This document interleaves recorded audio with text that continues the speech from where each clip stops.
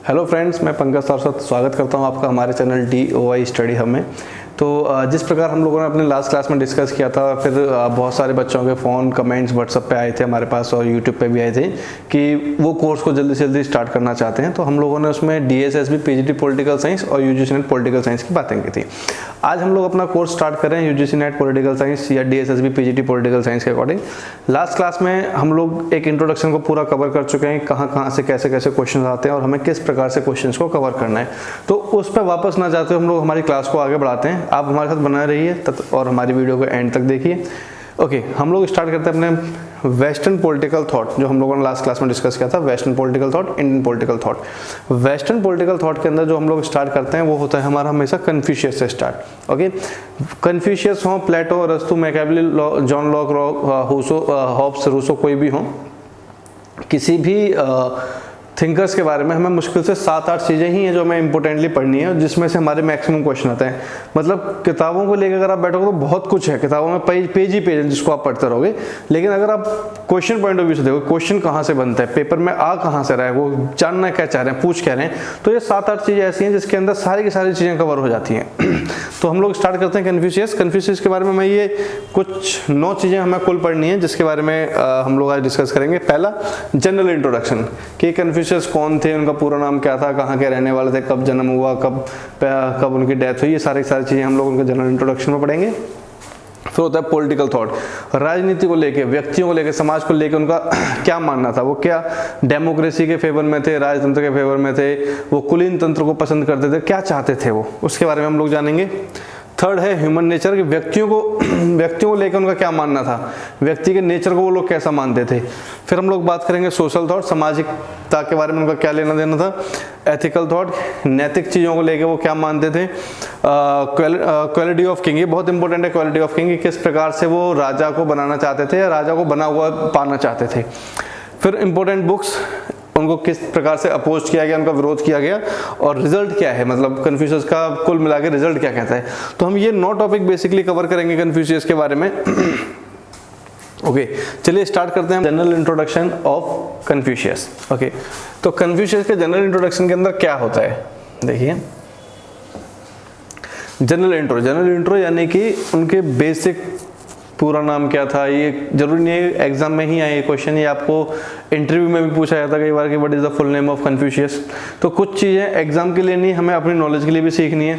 तो कन्फ्यूशियस का पूरा नाम था कैंग क्यू कन्फ्यूशियस, इनका पूरा नाम था कैंग क्यू कन्फ्यूशियस। इनका जन्म 551 बिफोर क्राइस्ट हुआ था, 479 में इनकी डेथ हुई थी, तथा इनका जन्म हुआ था, प्लेस ऑफ बर्थ था चाइना में का नैनजिन जगह पे, नैनजिन जगह पर इनका जन्म हुआ था चाइना में। ओके, ये बहुत बेसिक सा इंट्रोडक्शन है इनका। आगे बढ़ते हैं।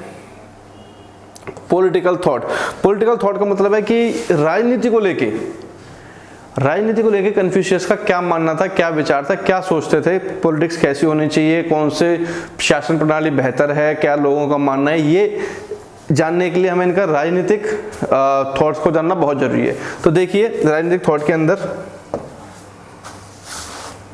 ओके, पॉलिटिकल थॉट की अगर हम लोग बात करेंगे तो पॉलिटिकल थॉट के अंदर आता है कि ये राजनीति में किस शासन प्रणाली को सपोर्ट करते थे। तो ये तो क्लियर है कि कन्फ्यूशियस, क्योंकि चाइना से बिलोंग करते थे और चाइना से बिलोंग करने वाले मैक्सिमम लोग आपको डेमोक्रेसी को पसंद करते हुए नहीं देखेंगे, ये बात आप अपने दिमाग में बिठा लीजिए। तो जो चाइना से आ रहा है वो सीधी सी बात है, वो डेमोक्रेसी को तो पसंद नहीं करेंगे, यानी कि डेमोक्रेसी का मतलब समझ गए आप, लोकतंत्र। डेमोक्रेसी को ये बिल्कुल भी पसंद नहीं करते, इस बात को आप बड़े बड़े नोट्स में लिख लीजिए कि चाइना का कोई भी थिंकर डेमोक्रेसी को पसंद नहीं करेगा। क्लियर? अच्छा, अगर डेमोक्रेसी को पसंद नहीं करते तो फिर किस चीज को पसंद करते हैं? यहाँ पे थोड़ा सा समझने वाली बात यह है कि कन्फ्यूशियस का मानना था कि all citizens are not same. Clear है? वो कहते थे सभी व्यक्ति सेम नहीं है, हर व्यक्ति का IQ लेवल सेम नहीं है, हर व्यक्ति की सोच समझने की शक्ति सेम नहीं है, हर किसी के अंदर डिफरेंसेस है। यदि हर व्यक्ति के अंदर डिफरेंस है, हर व्यक्ति सेम नहीं है, तो वो अपने अधिकार सेम कैसे ले सकता है? If the peoples are not same, then how they can get the equal right if they are not equal? Clear है? तो सबसे पहले हम लोग यहाँ पे बात करेंगे कि सभी व्यक्ति समान नहीं है, सभी व्यक्ति सेम नहीं है, तो सबके राइट्स भी समान नहीं होने चाहिए। तो कन्फ्यूशियस बोलते थे all citizens are not same, all citizens are not same, then their right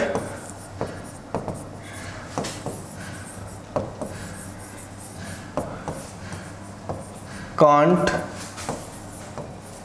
be same.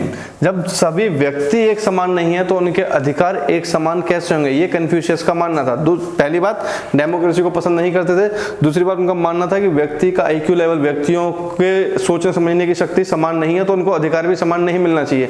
तीसरा, वो कहते थे कि व्यक्ति इतना इंटेलिजेंट नहीं है, the man is not super intelligent या not intelligent enough to select their king.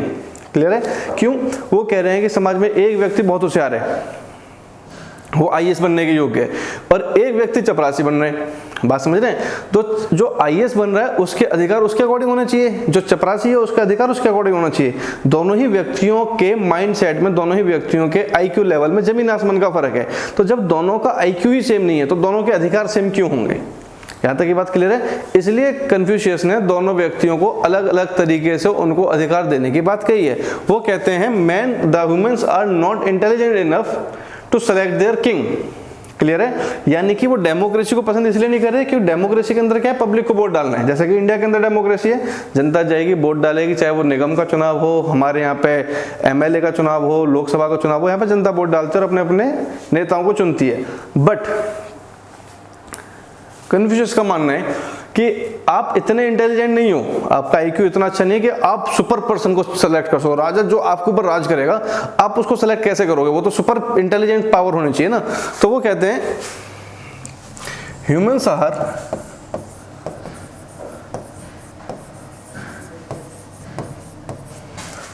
Not intelligent enough to select their king। व्यक्ति इतना इंटेलिजेंट नहीं है कि अपने राजा का चयन कर सके, इसलिए ही बिलीव इन। अच्छा देखिए यहां पे हमने क्या क्या चीजें पढ़ ली।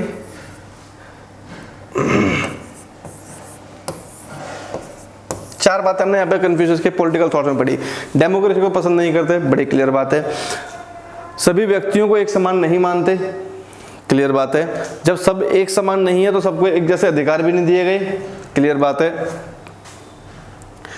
व्यक्ति को इतना इंटेलिजेंट भी नहीं मानते कि वो अपने राजा का चयन कर सकते। तो फिर राजा कहां से आएगा? फिर इनके पॉलिटिकल थॉट्स में अगर देखा तो राजा कौन है? राजा। डेमोक्रेसी इनको पसंद नहीं है, व्यक्तियों को किसी का सिलेक्शन ये नहीं करने दे रहे, लोगों को उन्होंने डिफरेंशिएट कर दिया दोनों को अपने कैटेगरी के बीच में कि आप बहुत इंटेलिजेंट हो ये आपके राइट है, आप कम इंटेलिजेंट हो ये आपके राइट है। तो फिर राजा का चयन कौन करेंगे? तो कन्फ्यूशियस अपने राजा को बनाना चाहते हैं, वो अपने राजा को गुणों के आधार पर बनाना चाहते हैं। इसका मतलब क्या होता है? जो भी थिंकर अपने राजा को बनाता है, राइट, जो थिंकर अपने राजा को बना रहा है वो हमेशा राजतंत्र का सपोर्टर होगा और डेमोक्रेसी को कभी भी पसंद नहीं करेगा। इस बात को आप बिल्कुल ध्यान में रखिएगा। तो पांचवा पॉइंट अगर मैं इनका यहां लिख देता हूं, ही बिलीव इन राजतंत्र। तो ये इनके पॉलिटिकल थॉट हो गए। पॉलिटिकल थॉट में क्या क्या हमने पढ़ा कि किस प्रकार से ये राजनीति को लेकर अपनी बातें स्पष्ट करते हैं। बहुत सिंपल सी बात है, डेमोक्रेसी को पसंद करेंगे? नहीं करेंगे। क्यों नहीं करेंगे भैया? क्योंकि चीन से आ रहे हैं और जो चीन से आएंगे वो डेमोक्रेसी को पसंद करेंगे ही नहीं। क्लियर है बात? दूसरी बात, सिटीजन्स को ये सेम नहीं मान रहे हैं। बहुत बेसिक सी बात है कि एक आईएएस ऑफिसर है, एक चपरासी उसके ऑफिस में, दोनों का आईक्यू लेवल अलग अलग है, तो दोनों को राइट अलग हम देंगे, सेम राइट नहीं देंगे। हालांकि इंडिया में ऐसा नहीं है, ठीक है। जब सिटीजन सेम नहीं है तो उनका राइट सेम नहीं है, उनको उन्होंने इतना इंटेलिजेंट नहीं माना है कि वो अपने राजा का सिलेक्शन लें। पांचवा सबसे इंपॉर्टेंट कि ये राजतंत्र पे बिलीव कर रहे हैं। यहां तक की बात क्लियर है? Okay good. अब हम लोग बात करेंगे उनके नेक्स्ट टॉपिक की। ओके, नेक्स्ट टॉपिक है हमारा ह्यूमन नेचर, कि कन्फ्यूशियस ह्यूमंस को, मानव को, इंसानों के नेचर के बारे में कैसे बात करते थे। क्या उनका व्यक्ति, क्योंकि जैसे हमने अभी थोड़ी देर पहले पॉलिटिकल थॉट्स में उनकी बात करी कि वो व्यक्ति को बहुत ज़्यादा समझदार नहीं मान रहे हैं, तो समझदार नहीं मान रहे हैं और एक तरफ व्यक्तियों को डिफरेंशिएट भी कर रहे हैं कि एक होशियार है एक होशियार नहीं है, दोनों इंटेलिजेंट भी नहीं है और दोनों को इंटेलिजेंट और अनइंटेलिजेंट में उन्होंने कैटेगराइज भी किया है। इस चीज़ को समझने के लिए हमें समझना पड़ेगा उनका ह्यूमन नेचर, यानी कि व्यक्ति के ह्यूमन नेचर को लेकर कैसी बात करना चाहते हैं। तो यहाँ पे आप देखिए कन्फ्यूशियस अपने व्यक्ति में 5 क्वालिटी बताते हैं। वो कहते हैं कि व्यक्ति के अंदर 5 क्वालिटी इंसान को अपने अंदर एडमायर करनी चाहिए, अपने अंदर लेके आनी चाहिए 5 क्वालिटी। वो 5 क्वालिटी की बाट करते हैं। कई बार एक क्वेश्चन आता है कि मतलब 5 ही ऑप्शन होंगे, इनमें से कुछ 4 ऑप्शन होंगे या 3 होंगे, 2 कुछ और होंगे। और क्वेश्चन होगा कि what are the quality of humans according to Confucius, या what are not the quality of humans according to Confucius. तो ये क्वेश्चन आपके कई बार आते हैं, फिर इसमें से आपको कोड के अकॉर्डिंग सिलेक्ट करने होते हैं, only 1 and 2, first second third only. इस प्रकार से आपके इस पे से क्वेश्चन कई बार बनता है। तो यहाँ पे वो 5 क्वालिटी की बात कर रहे हैं अपने व्यक्ति के अंदर। पहली क्वालिटी वो बोल रहे हैं, पहली क्वालिटी बोल रहे हैं मानव को ज्ञान की तलाश करनी चाहिए। यानी कि देखिए वही बात वो यहाँ भी रिपीट कर रहे हैं कि मनुष्य जो उनका था वो इतना इंटेलिजेंट नहीं था, उसको निरंतर अपने लिए एक इंटेलिजेंसी के ज्ञान की तलाश करते रहने चाहिए, चाहे वो कितना भी इंटेलिजेंट हो, चाहे वो कितना भी डल हो। यहाँ तक की बात क्लियर है। दूसरी बात वो करते हैं सबको न्यायप्रिय होना चाहिए। यानी कि राजा जो भी न्याय सुनाता है, राजा जो भी फैसला करता है, व्यक्ति को उसका विरोध नहीं करना चाहिए, उसके बात को एडमायर करते हुए उसके न्याय को मानकर अपना कार्य आगे बढ़ाना चाहिए। तीसरी बात वो करते हैं सही परंपराएं जो भी समाज ने बना रखी हैं, जो भी राजा ने बना रखे हैं, जो भी पुरानी सांस्कृतिक परंपराएं, उनको फॉलो करना चाहिए, उनको विरोध नहीं करना चाहिए, उनको मानते हुए आगे बढ़ता रहना चाहिए। फिर वो कहते हैं हर व्यक्ति को, आपको दिख रहा है, हर व्यक्ति को ईमानदार रहना चाहिए। और लास्ट में कहते हैं दूसरों के प्रति हित भावना होनी चाहिए। ये 5 क्वालिटी कन्फ्यूशियस अपने व्यक्तियों के अंदर बताते हैं। ओके,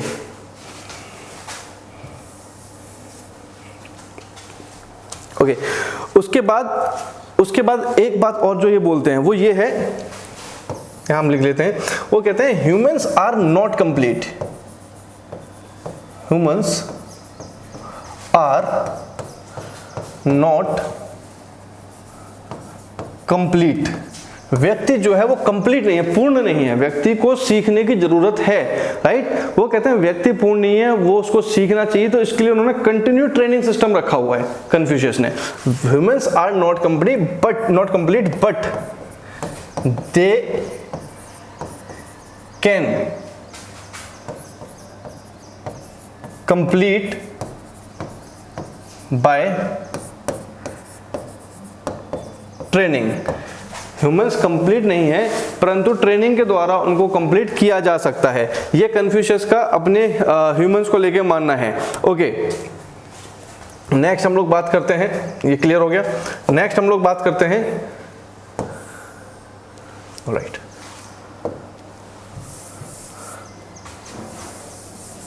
ओके, नेक्स्ट हम लोग बात करते हैं उनके सोशल थॉट की। सोशल थॉट को लेके कन्फ्यूशियस का क्या मानना था। ऑलराइट, सोशल थॉट के अंदर उन्होंने क्या किया, उन्होंने अपने समाज को 4 वर्ग में, 4 पार्ट में विभाजित किया। आपको याद होगा अगर आपने ऋग्वेद की थोड़े बहुत थॉट्स देखे होंगे, ऋग्वेद जो हमारी वैदिक शिक्षा के टाइम पे, हमारे वेदों ने भी 4 प्रकार की कैटेगरी को डिवाइड किया था, ब्राह्मण, क्षत्रिय, शूद्र और वैश्य। उसी प्रकार से यहाँ पे कन्फ्यूशियस का ही मानना, हालांकि 4 कैटेगरी ये नहीं है जो हमारी थी, लेकिन इनका मानना है कि व्यक्ति जो है वो अपने कैटेगरी के अकॉर्डिंग, वो अपनी कैटेगरी के अकॉर्डिंग चलता है। यहां तक की बात क्लियर है। तो यहां पे उन्होंने क्या किया है, उन्होंने अपने व्यक्तियों को 4 कैटेगरी में फाइनल किया है। और इनकी जो कैटेगरी, जैसे कि हमारी जो कैटेगरी थी उसमें बहुत स्ट्रिक्टली हमारी कैटेगरी को हम लोगों ने फॉलो किया कि यदि कोई ब्राह्मण है तो ब्राह्मण के पुत्र को हमने ब्राह्मण का ही दर्जा दिया, क्लियर है। लेकिन यहाँ पर कन्फ्यूशियस कहते हैं यदि कोई व्यक्ति हायर सोसाइटी से बिलोंग करता है तो उसका बेटा हायर सोसाइटी से होगा, इसकी कोई वो कोई जरूरी नहीं है। यहाँ पे कन्फ्यूशियस ने कैटेगरी में एक जो सिस्टम दिया है वो अपने राजा को दिया है, एक उसके मंत्रियों को दिया है, तीसरा जनता को दिया है और चौथा किसानों को दिया है। तो यहाँ पे ये बोल रहे हैं कि जो व्यक्ति, जिसका पुत्र या पुत्री जिस चीज के लिए योग्य है वो उस चीज के लिए कार्य आगे करेगा। ये जरूरी नहीं है कि ब्राह्मण का बेटा ब्राह्मण ही बनेगा। यदि ब्राह्मण के बेटे के अंदर गुण होंगे तो ही वो ब्राह्मण बनेगा, अपने गुणों से बनेगा, अपने जन्म के आधार पर वर्ण व्यवस्था को नहीं फॉलो करेगा। तो कन्फ्यूशियस का जो मानना था वो ये था कि जो वर्ण व्यवस्था है, जो कैटेगरी सिस्टम है, जो उसने 4 भाग में डिवाइड किया है, उसको उसने बहुत ज्यादा रिजिड नहीं माना है, बहुत ज्यादा कठोर नहीं माना है। तो उसका category system is not rigid, clear है यहाँ तक की बात? उसका कैटेगरी सिस्टम रिजिड नहीं किया गया है। ओके, तो यहाँ पर जो कन्फ्यूशियस हैं वो 4 कैटेगरी की बात भी कर रहे हैं। वो ये भी कह रहे हैं कि जो उनका कैटेगरी सिस्टम है वो बहुत ज़्यादा कठोर नहीं है, बहुत ज़्यादा रिजिड नहीं है, लेकिन कहीं ना कहीं इन्होंने कैटेगरी को माना है। यानी कि जो मैं बात करूं पाश्चात्य भारत के, पुराने हिंदुस्तान की अगर हम लोग बात करें, तो हम लोगों ने जो कैटेगरी सिस्टम दुनिया को दिया, उस कैटेगरी सिस्टम को चाइना ने भी कहीं ना कहीं अडॉप्ट किया। मैं ये नहीं कह रहा कि उन्होंने वही वर्ण व्यवस्था रखी जो हम लोगों ने रखी, उनकी वर्ण व्यवस्था उनके अकॉर्डिंग है, हमारी वर्ण व्यवस्था हमारे अकॉर्डिंग है। ओके, तो यहाँ पे उन्होंने अपनी वर्ण व्यवस्था को रिजिड नहीं बोला। ओके, वो उनका एम था, वो कुछ चाहते थे। वो क्या चाहते थे? वो चाहते थे कि जो चाइना है वो यूनाइटेड रहे। उनका जो एम था वो था यूनाइटेड चाइना। ठीक है, united China is the only aim of Confucius. Confucius का इकलौता जो एम था वो था चाइना को यूनाइटेड रखना। ठीक है, वो कहते हैं कि all man are not same, all peoples, all humans are not same, so he is going to categorize the humans according to their IQ level, according to their talent, according to their choices, right. जिसकी जो क्षमता है, वो कहते हैं कि हर व्यक्ति को अपनी क्षमता राज्य को दे देनी चाहिए। जिसकी जो क्षमता है वो राज्य में अपनी क्षमता से कार्य करे और राज्य उसको उस अकॉर्डिंगली कैटेगराइज करे, जिससे राजा का भला हो। अच्छा, उनका राजा क्या है? उनका राजा वो गुणों के आधार पर सेलेक्ट कर रहे हैं। वो खुद ही ये बात को मानते हैं कि जी हमारे राजा के अंदर हम कोई सिस्टम छोड़ेंगे नहीं कमी का, हम अपने राजा को पूरी ट्रेनिंग के बाद राजा बनाएंगे। ऐसा नहीं है कि हमने राजा के बेटे को राजा बना दिया, ट्रेनिंग लेता रहेगा, ऐसा नहीं है। वो कह रहे हैं कि हमारा जो राजा है वो प्रॉपर पूरा तैयार, मतलब सर्वगुण संपन्न राजा हम लोग तैयार करेंगे, ऐसे कोई कमी उसके अंदर हम लोग छेड़ेंगे नहीं। तो उनका जो राजा है वो अपने राजा को अगर बना रहे हैं और अपने राजा के अकॉर्डिंग अपनी सोसाइटी को डिवाइड कर रहे हैं, तो कितने पार्ट में डिवाइड कर रहे हैं अपनी सोसाइटी को? 4 पार्ट में डिवाइड करें। 4 पार्ट में डिवाइड करने के बाद उन्होंने उसको बहुत ज्यादा कठोर नहीं बोला, यानी कि जैसे जैसे लोगों का IQ बढ़ता रहेगा वैसे वैसे उनका जो कैटेगरी सिस्टम है उसमें उनको प्रमोशन मिलता रहेगा। एम क्या है? एम है चाइना को यूनाइटेड करना, चाइना को एक साथ लेके आना, ये उनका इकलौता एम है। ओके, इसके बाद अगर हम लोग बात करें कन्फ्यूशियस की, ओके माफ कीजिएगा,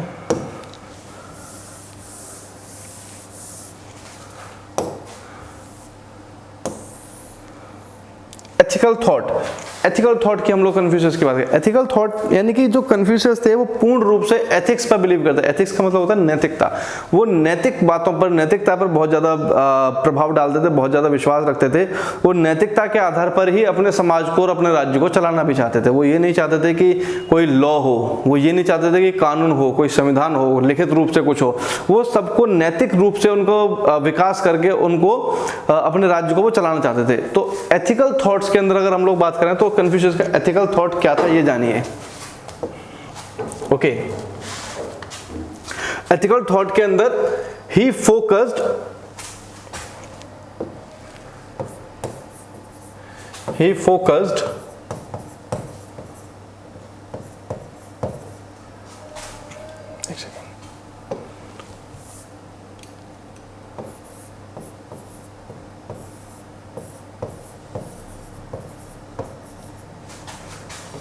he focused on ethics।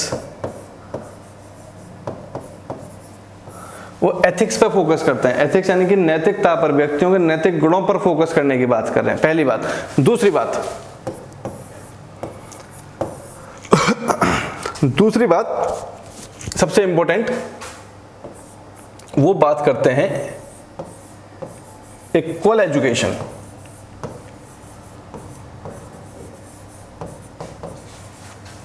For all. देखिए, उन्होंने अपनी सोसाइटी को 4 भागों में विभाजित जरूर किया है, लेकिन उन्होंने चारों डिवीजन के लिए, चारों वर्गों के लिए, चारों वर्णों के लिए शिक्षा का प्रावधान जरूर किया। ये इनकी एक बहुत अच्छी क्वालिटी रही है। इन्होंने बोला है कि जितने भी हमारे यहाँ पे व्यक्ति हैं, जितने भी ह्यूमंस हैं, जितने भी कम पढ़े लिखे, ज्यादा पढ़े लिखे हैं, शिक्षा हम सबको देंगे, शिक्षा से कोई भी वंचित नहीं रहेगा। ओके, तीसरी बात,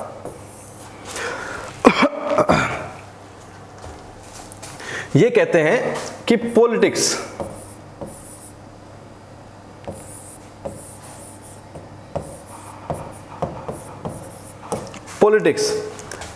admin, social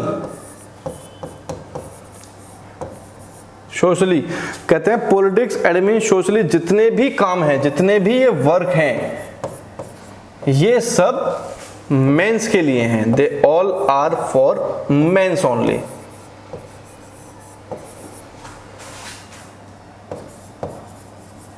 for mens only. देखिए ये सबसे इंपॉर्टेंट पॉइंट है इनका। इस पॉइंट को अगर आप समझेंगे तो वो एक तरफ बात करते हैं सबको इक्वल लेके आने की, वो दूसरी तरफ बात करते हैं सबको इक्वल एजुकेशन देने की, वो तीसरी तरफ बात करते हैं सबको यूनाइटेड करके चाइना को स्ट्रॉन्ग करने की। लेकिन कहीं ना कहीं वो एक उनका विड्रॉ पॉइंट, एक उनका माइनस पॉइंट उनके थॉट्स में निकल के सामने आता है। वो क्या है कि वो सिर्फ सारी की सारी जो पॉलिटिक्स है, जो एडमिन है, जो सोसाइटी के काम है, उसमें सिर्फ और सिर्फ मेंस को ही वो आगे लेके आते हैं। फीमेल्स पर उन्होंने किसी भी प्रकार की राजनीति, एडमिन और सोशली जिम्मेदारी नहीं दी है। सारी की सारी जिम्मेदारी किसको दी है? मेंस को दी है। अगर आप बात करोगे उनको अपोज करने की, तो उनका सबसे बड़ा अपोजिशन पॉइंट तो यही हो जाता है। जैसे अभी हम आगे चल के अपोज की बात करते हैं कि सबसे ज्यादा कन्फ्यूशियस को अपोज किस बात पे किया गया था, ये उसका आंसर है। उनको इसी बात पे अपोज किया गया था कि उन्होंने पॉलिटिकल, एडमिन, सोशली सारे के सारे कामों में सिर्फ और सिर्फ पुरुष को आगे रखा है। उन्होंने महिलाओं को पूरी तरीके से यहाँ से दरकिनार किया, अलग किया। यहाँ पे उनको किसी भी प्रकार का कोई भी भागीदारी औरतों की इस चीज के अंदर नहीं रखी। ये उनका बहुत बड़ा माइनस पॉइंट है। अब माइनस पॉइंट है तो बड़ी सीधी सी बात है, उसको अपोज भी उस तरीके से किया गया है। तो अपोज किस बात पे किया गया, उसका आंसर मैं आपको यही दे रहा हूं। उनको इस बात पे अपोज किया गया है। यहां तक की बात क्लियर है। नेक्स्ट है उनका, वो कहते हैं the law, what ever the law, जो भी लॉ है, जो भी कानून है, कोई भी कानून किसी भी तरीके से बनाया जाए, एक बात का ध्यान रखा जाए कि वो अपने ट्रेडिशन से अलग ना हो, यानी कि अपनी संस्कृति के विरोध में कानून बनाने का उन्होंने खुलकर विरोध किया है। The law should be create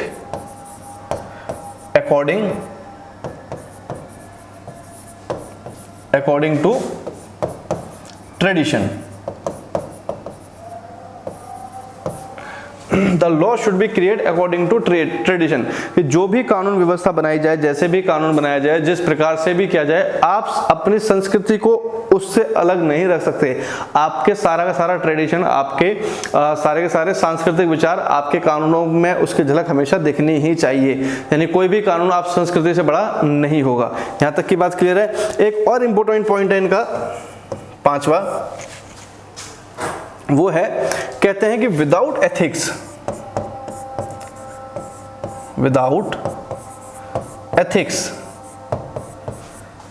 state is nothing.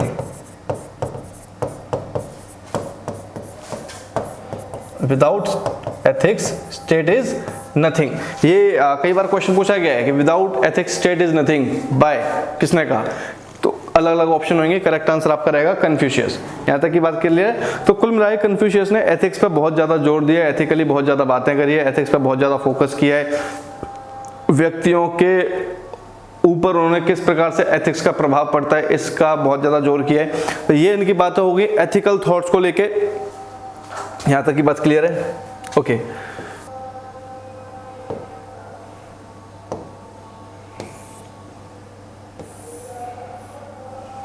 Next topic है उनका क्वालिटी ऑफ किंग। राजा के अंदर क्या क्या गुण होने चाहिए, क्या क्या क्वालिटी किंग के अंदर होनी चाहिए, ये बात करते हैं कन्फ्यूशियस अपने नेक्स्ट टॉपिक पे। तो क्वालिटी ऑफ किंग के अंदर क्या क्या चीजें होती हैं, जानिए इसको। वो सबसे पहले बोलते हैं क्वालिटी ऑफ किंग। पहली बात तो समझ में आएगी कि राजतंत्र की बात कर रहे हैं। दूसरी बात समझ में आती है कि वो बहुत ज्यादा ट्रेंड, बहुत ही ज्यादा इंटेलिजेंट राजा की बात करते हैं। तो जानिए कि उसके राजा की क्वालिटी क्या है। वो पहली बात बोलते हैं the relation between king and public is like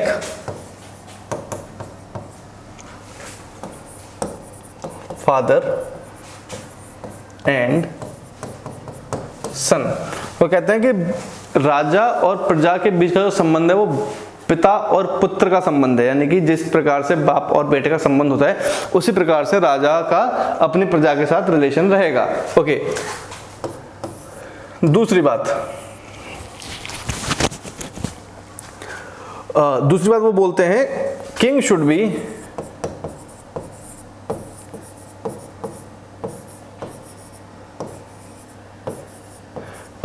king should be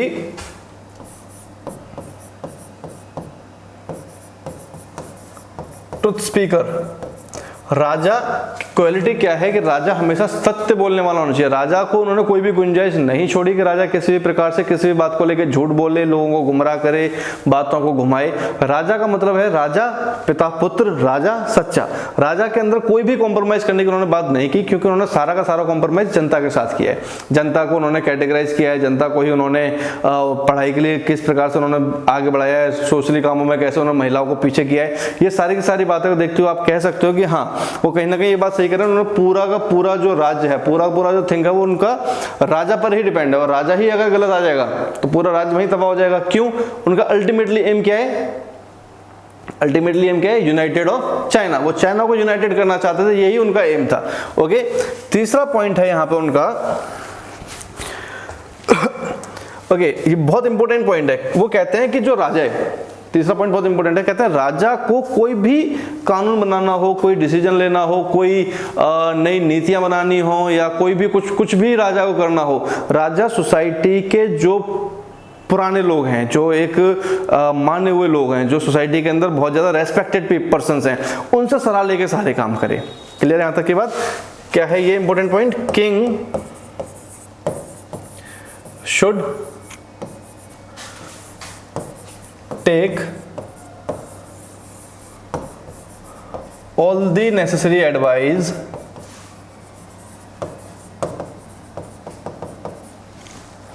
from experienced and honored person of society. क्या कह रहे हैं वो यहाँ पे कि देखिए राजा के उन्होंने क्या क्या गुण बताए हैं कि जो राजा है उसका अपने प्रजा के साथ संबंध क्या है? पिता और पुत्र का संबंध है। दूसरी बात वो बोलते हैं कि राजा कभी भी झूठ ना बोले, क्योंकि अल्टीमेटली उनका पूरा चाइना राजा पे ही डिपेंड है। तीसरी बात वो बोलते हैं कि राजा should take all the necessary advice, जितनी भी उसको एडवाइस लेनी है, जो भी उसको कानून बनाने हैं, वो सारे के सारे जो भी समाज के वरिष्ठ वर्ग है, जो भी समाज का इंटेलेक्चुअल वर्ग है, जो पढ़ा लिखा वर्ग है समाज का, उनसे एडवाइस लेके बनाए। यहां तक की बात क्लियर है? ये उसके राजा के बारे में बातें हैं। उसके बाद ओके, आता है उनका इंपॉर्टेंट टॉपिक, इंपॉर्टेंट बुक्स कि कन्फ्यूशियस ने कौन सी किताबें लिखी हैं। और ये क्वेश्चन आपका मतलब कन्फ्यूशियस से सबसे ज्यादा आने का जो क्वेश्चन का चांस होता है वो उनकी किताबों के ऊपर ही होता है, राइट? तो उनकी 4 किताबें बहुत इंपॉर्टेंट है। पहली है कन्फ्यूशियस से, दूसरी है बुक ऑफ रेट्स, तीसरी है बुक ऑफ डॉक्यूमेंट्स, चौथी है बुक क्लासिक ऑफ पोएट्री। तो कन्फ्यूशियस से के अंदर ही वो सबसे ज्यादा एथिकली जो बात करी उन्होंने किसके अंदर करी है? कन्फ्यूशियस से। यहां पे उन्होंने सारा का सारा जोर दिया है एथिक्स पर कि एथिकली क्या होना चाहिए, कैसे होना चाहिए। बुक ऑफ राइट्स के अंदर उन्होंने बात करी है सोसाइटी की, यहां पर उन्होंने बात करी है किंग की। बुक ऑफ डॉक्यूमेंट्स के अंदर वो बात करते हैं लॉ की, लॉज कैसे होने चाहिए, ठीक है। क्लासिक ऑफ पोएट्री में उनको जनरल बातें उन्होंने रखी हैं कि क्या करूं, कैसे ना करूं।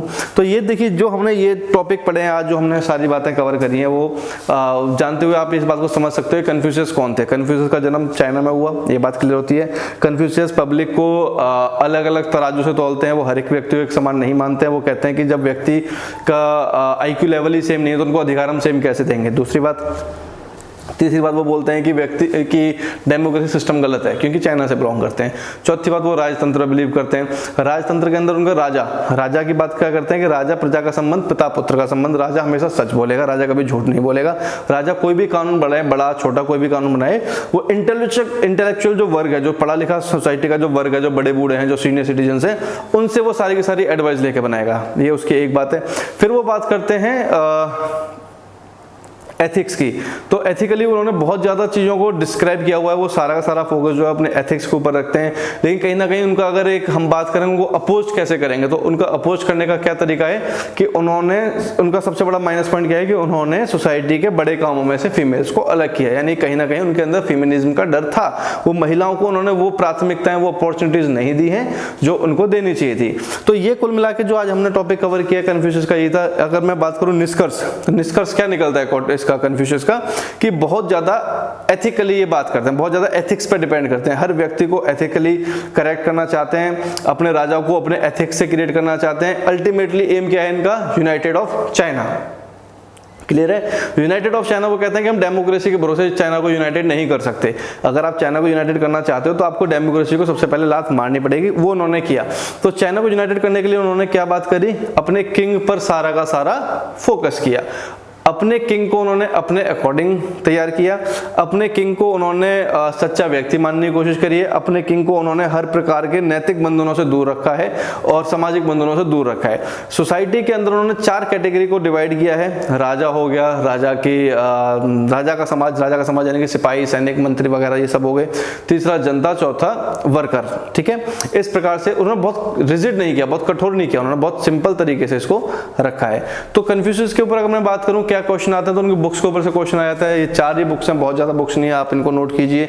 ठीक है, और क्वेश्चन आता है कि कन्फ्यूशियस ने मतलब इनमें से क्या क्या काम नहीं किए, यार कौन से व्यक्ति के गुण नहीं बताए या कौन से व्यक्ति के गुण बताए हैं।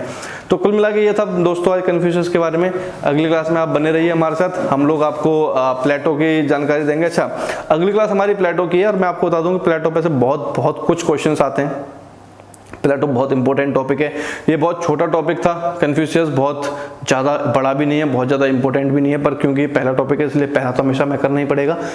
अगला टॉपिक जो है वहाँ से हमारी मेन जो रीच है वो हमारे अगले टॉपिक से स्टार्ट होती है। मैं मानता हूँ कन्फ्यूशियस से क्वेश्चन आता है, ये जरूर है कि इसमें से एक क्वेश्चन आ सकता है, लेकिन जो अगले टॉपिक्स हैं प्लेटो, अरस्तु, मैकियावेली, हॉब्स, लॉक, रूसो, ये बहुत ही ज़्यादा इंपॉर्टेंट टॉपिक होने वाले हैं। इसलिए आप ध्यान से अगली क्लास में जुड़िए हमारे साथ। हम आपको बताएंगे क्या क्या क्वेश्चंस प्लेटो में से आते हैं, क्या क्या चीज़ें प्लेटो ने अपने लिए रखी हैं, क्या क्या चीज़ें प्लेटो ने किस प्रकार से राज्य को डिवाइड किया है, किस प्रकार से वो कहता है कि मेरे राज्य में इतने ही व्यक्ति होने चाहिए, मेरा राजा तो ऐसा ही होगा। तो ये सारी की सारी चीज़ें हम लोग अपने अगली क्लास में कवर अप करेंगे। आप बने रहिए हमारे साथ, देखते रहिए। आप हमारे चैनल को DOI को सब्सक्राइब कर दीजिए। वीडियो को एंड तक देखने के लिए आपका बहुत बहुत धन्यवाद। प्लीज हमारी वीडियो को लाइक कीजिए। कोई भी आपको सजेशन देना हो या कोई आपको शिकायत हो या कुछ भी हो तो आप डिस्क्रिप्शन में हमने अपनी डिटेल्स डाली हुई हैं, आप उसको जाइए, गो थ्रू कीजिए, कमेंट कीजिए। जो भी आप हमें सजेशन देंगे हम उसको जरूर इम्प्लीमेंट करेंगे। Thank you so much. जय हिंद।